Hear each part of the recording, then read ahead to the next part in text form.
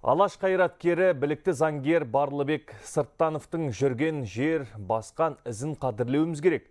Тарихшылар қазақ елінің тұңғыш уставын жазған осы есіл ердің Алматыда тұрған үйін тапқан. Кезінде бұл үйде Ахмет Байтұрсынұлы, Міржақып Дулатұлы, Мұхамеджан Тынышбайұлы, Біләл Сүлейұлы секілді Алаштың ардақтылары келіп тұрған.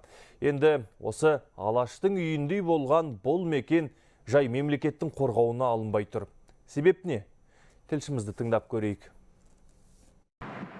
Алматыдағы Жұбаныш Бәрібаев көшесі нөмір 5-ші үй. Осы үйде 1894 жылдан 1908 жылға дейін 14 жыл бойы қазақтың тұңғыш конституциясының авторы Барлыбек Сырттанұлы тұрған. Бұл жөнінде тарихи деректерде сақталған дейді алаштанушы Елдос Тоқтарбай. Мен мына кітаптардың ішінде Барлыбек Сырттанұлының ұлы Абдулқадырдың күнделіктерін кіргіздім.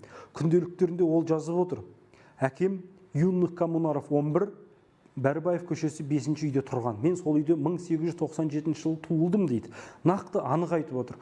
Басқа ұрпақтарының және Барлыбектің көзін көрген зиялы қауымның естеліктеріне дәл сол үйде жазылған анық. Ал Алматы қаласы мәдениет басқармасындағылар бұл үй 1933 жыл салынған деген архив құжаттарын көрсетті. Барлыбек Сырттанов болса 1914 жылы қайтыс болған. Яғни үй заңгер өмірден өткеннен кейін 19 жылдан соң салынған болып шығады.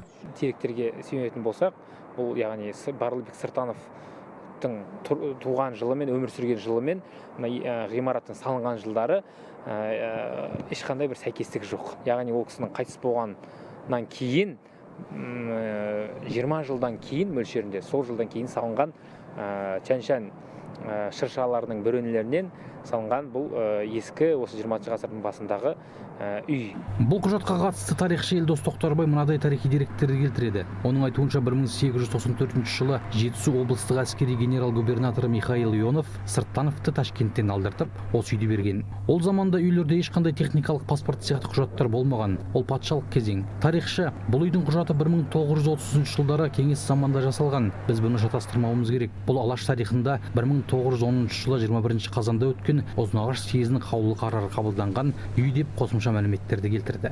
Сондықтан бұл үй болашақта Алматы қаласының тарихындағы Алаш қозғалысын түсіндіретін, жастарға дәріптейтін бір музей үйге айналу керек. Бұл үйді бұзатын болсақ, өз қолымызбен құртатын болатын болсақ, біз төл тарихымызға балта шапқанымыз деп ойлаймын.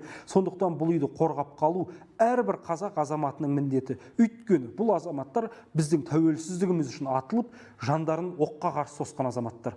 Ұрпақ парызы, ұрпақ міндеті дегенді түсінуіміз керек. Қазір бұл үйдің 3 меншік иесі бар. Егер алдағы уақытта қаланың бас жоспарына сәйкес ауданның архитектуралық келбеті өзгертілетін болса, Сырттанов тұрған үйдің де бұзылатыны сөзсіз. Осы жерде айта кететін тағы бір жайт, Барлыбек тұрған үйдің қатарындағы Көпес Филипповтың үйі мемлекет қамқорлығына алынған. Реставрация жасалып, ескі қаланың ескерткіші болып тұр. Сырттанов тұрған үйде мемлекет иелігіне қайтарылса дұрыс болар еді дейді тарихшылар. Әзірге Алаш қайраткерінің ұлы Әбдіқадырдың өмірбаянындағы мәліметтер куәлікке жарамай тұр. Алмас Садуақас, Меруерт Қанағат, Радик Жақыпов, Хабар 24, Алматы.